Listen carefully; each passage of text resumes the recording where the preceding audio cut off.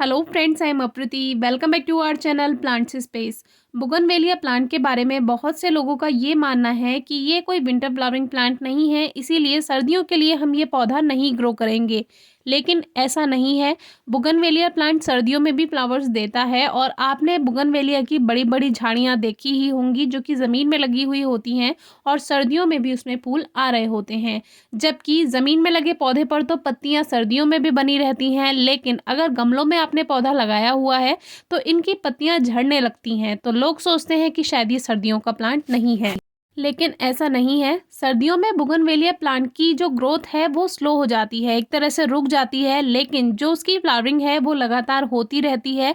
और इसी तरह से हमारे पास दो वैरायटी हैं, जिनमें एक ये वैरायटी है जिसमें मल्टी कलर की फ्लावरिंग होती है, यानी कि शुरू में जो कलियां बनती हैं वो ऑरेंज शेड में होती हैं और जैसे जैसे फ्लावर बड़ा होता चला जाता है वैसे वैसे ये शेड चेंज होने लगता है, यानी कि ऑरेंज से पिंक शेड में ये जाने लगता है। और जब फूल पुराना हो जाता है तो ये जो कलर है इसका ये पिंक हो जाता है और फिर कुछ टाइम बाद फूल झड़ जाता है। लेकिन बुगनवेलिया के जो फूल हैं वो काफ़ी टाइम तक प्लांट पे बने रहते हैं।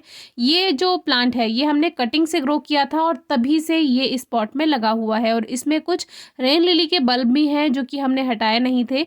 और इसमें आप रूट्स देख सकते हैं, इतनी ज़्यादा गमले में रूट्स भर चुकी हैं कि जो इसका ड्रेनेज होल है वहाँ से बाहर इसकी रूट्स आ गई हैं।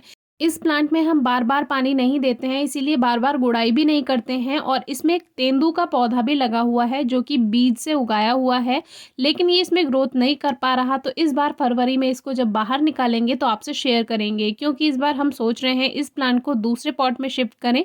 ये बहुत टाइम से इसी पॉट में लगा हुआ है। तो ये हमारे पास 2016 से है। 2016 के जून में मैंने इसको कटिंग से ग्रो किया था, बहुत ही छोटी सी कटिंग से उगाया था। और इसकी जो पत्तियां हैं आप देख ही रहे हैं कि पीली होकर झड़ रही हैं। और ये है सेकंड वैरायटी जिसको भी कटिंग से ग्रो किया हुआ है और हमने शेयर भी किया था आपसे ये प्लांट। तो ये हमें एज ए गिफ्ट मिला था और इस पे भी देखिए अभी फ्लावर्स आ रहे हैं। और ये दूसरी वैरायटी है जो कि पूरी टहनी पर इसके फूल खिलते हैं, यानी जैसे फूलों की माला होती है, बिल्कुल टहनी देखने में ऐसी लगने लगती है। लेकिन अभी जैसे कि सर्दियां हैं तो बहुत ज़्यादा फ्लावरिंग ये वाली वैरायटी अभी नहीं दे रही है, लेकिन फिर भी कुछ फूल इस पे आ रहे हैं और अभी भी आप इसकी कटिंग ग्रो कर सकते हैं। हाँ, अभी इसमें कोई ग्रोथ नहीं होगी, लेकिन अभी सर्दियां हैं तो कटिंग सूखती नहीं है। हमारे पास एक व्यूअर का कमेंट आया था कि मैंने एक मधु कामिनी की मुझे कटिंग मिली है तो क्या मैं उसको ग्रो कर सकती हूँ। तो अभी भी आप कटिंग्स ग्रो कर सकते हैं। लास्ट ईयर एक वीडियो हमने शेयर की थी कि कैसे आप सर्दियों में कटिंग ग्रो कर सकते हैं।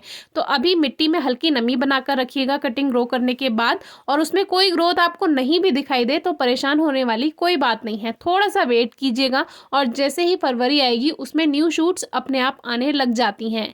और इस तरह से इसकी कटिंग्स लेनी है।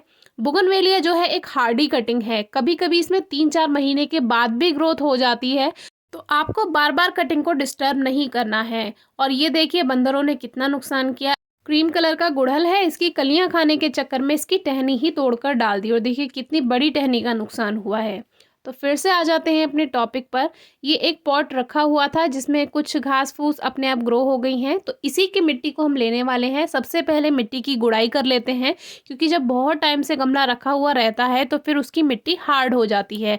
तो सबसे पहले मिट्टी को हार्ड कर लिया और थोड़ा सा इसमें लगभग 1-2 मुट्ठी के करीब गोबर की खाद मिक्स की, क्योंकि जब भी कोई कटिंग ग्रो करें बहुत ज़्यादा खाद मिलाने की ज़रूरत नहीं है। कल वीडियो में हमने आपको बताया ही था गुलाब की कि उसमें ज़्यादा गर्माहट हो जाती है, तब भी कटिंग ग्रोथ नहीं कर पाती है।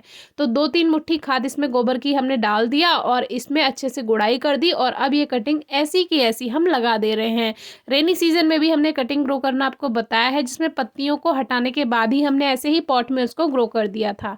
तो इसको हम ऐसे ही लगा दे रहे हैं, क्योंकि सर्दियों में पत्तियां धीरे धीरे अपने आप एक एक करके झड़ ही जाएंगी और ग्रोथ तो वैसे भी अभी नहीं होगी, लेकिन ये अपनी मिट्टी में जगह बना लेगा और फरवरी के टाइम में इसमें न्यू ग्रोथ अपने आप ही हो जाएगी। तो इस तरह बिना मौसम के भी आप कटिंग्स ग्रो कर सकते हैं। बिना मौसम के गर्मियों में अगर आप ग्रो करेंगे तो कटिंग का मॉइस्चर जल्दी खत्म हो जाता है गर्माहट की वजह से, लेकिन सर्दियों में जो है वो मॉइस्चर बना रहता है, क्योंकि इतनी ज़्यादा हीट नहीं होती है, मौसम ठंडा होता है, तो कटिंग्स ऐसी की ऐसी रहती हैं। तो अब कटिंग्स ग्रो करने के बाद पानी दे दिया है, बहुत हल्की नमी बनाकर रखिएगा, नहीं तो कटिंग्स गल सकती हैं। 2022 की जनवरी में भी कुछ कटिंग्स हमने ग्रो की थी, आप डिस्क्रिप्शन बॉक्स में वो वीडियोस चेक कर सकते हैं, उसका रिजल्ट भी शेयर किया था। बस मिट्टी में हल्की नमी रहे इस बात का ध्यान रखिएगा। फिर भी कोई क्वेरी है, क्वेश्चन है तो पूछिएगा। Thank you.